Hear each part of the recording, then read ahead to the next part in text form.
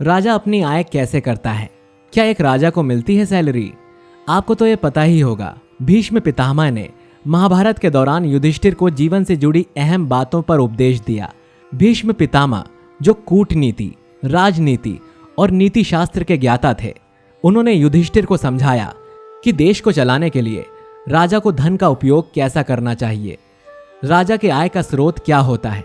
तो आइए जानते हैं इसके कुछ मुख्य बिंदु।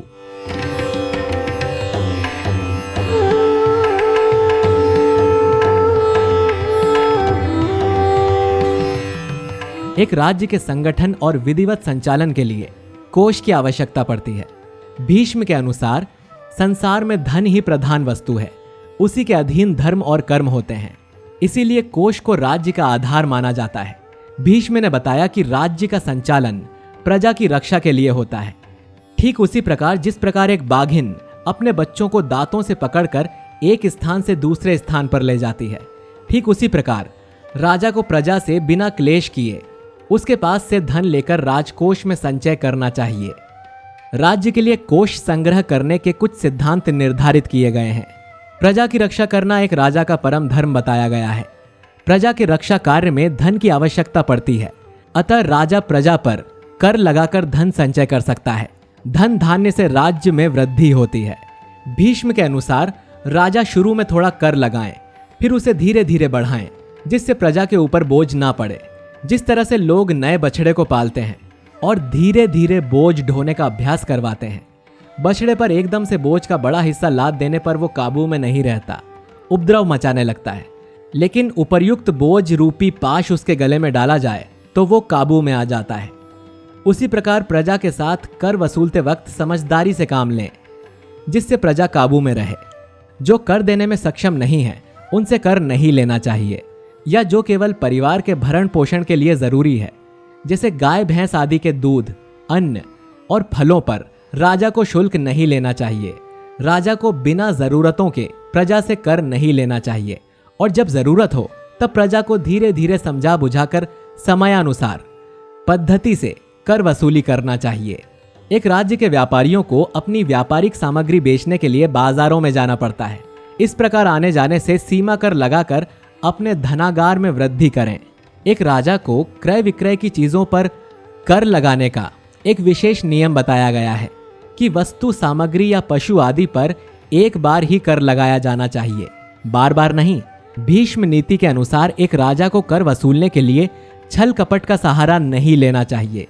न्यूनतम मूल्य की चीजों पर राजा को कर नहीं लगाना चाहिए। वस्तु या सामग्री की लागत मूल्य पर जैसा लाभ हो उसी के अनुसार शुल्क वसूलना चाहिए। भीष्म के अनुसार राजकोष में वृद्धि में नियमित धन संचय का एक साधन दंड के रूप में भी माना जाता है।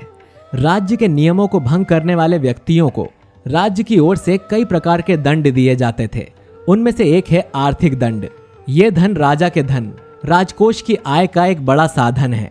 शांति पर्व के अनुसार पशुओं और खनिज पदार्थों पर कर लगाकर पशुओं की वृद्धि का 5वां भाग और खनिज पदार्थों के लाभ का 10वां भाग राजा अपने राजकोष में संचित करे। भोजन पान तथा वस्त्रों से जो राजा अपने राज्य के रईसों का सत्कार करता है, उनसे अनुरोध करना चाहिए कि वो प्रजा के ऊपर कोई मुसीबत न आने दे और अपनी कृपा उन पर बनाए रखे। धनी वर्ग राज्य का एक विशेष अंग माने गए हैं, क्योंकि वे ही प्रजाजनों के मुखिया होते हैं। वीर धनी बहु प्रजापालक धर्मनिष्ठ बुद्धिमान पुरुष प्रजा की रक्षा कर सकते हैं। भीष्म ने युधिष्ठिर को बताया कि एक राजा भी अन्य कर्मचारियों की तरह प्रजा का वेतन भोगी सेवक माना गया है। प्रजा की रक्षा के लिए ही राजा की नियुक्ति की जाती है और राजा के द्वारा किए जाने वाले कार्यों के आधार पर उसका वेतन निर्धारित कर दिया जाता है, जो करों के रूप में राजा को मिलता है। शांति पर्व के अनुसार आर्थिक दंड आदि करों से जो धन प्राप्त होता है वो राजा का वेतन होता है। महीने महीने में संग्रहित कर राजकोष में संचित करने के लिए भेजा जाता है। हालांकि टैक्सेशन सिस्टम देश में आज से नहीं बल्कि करोड़ों साल पहले से है। राम राज्य से भी कर लेने की प्रथा थी। इस संदर्भ में भगवान राम भरत को समझाते हुए कहते हैं कि हमें प्रजा से कर ऐसे लेना चाहिए जैसे सूर्य लेता है। सूर्य समुद्र, नदी, तालाब सभी जगहों से पानी लेता है, लेकिन किसी को पता नहीं चलता।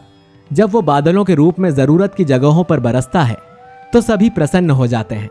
इस संदर्भ में तुलसीदास जी कहते हैं कि बरसत हरसत सब लिखें, करसत लिखे न कोय, तुलसी प्रजा सुभाग से, भूप भानु सो होए। यानी सरकार को टैक्स यानी कि कर इस तरह से लेना चाहिए कि किसी को पता ना चले, लेकिन उसी टैक्स का इस्तेमाल जनता के हित में करना चाहिए। एक राजा राज्य की अर्थव्यवस्था के विकास रूपी पौधों को प्रजा के कर से सींचता है। जिस तरह एक पौधे का विकास हो जाता है, ठीक उसी तरह प्रजा का विकास भी धीरे धीरे होता है। कर किसी देश के आर्थिक विकास का एक प्रमुख हिस्सा होता है, जो अर्थव्यवस्था में विविधता लाने का काम करता है।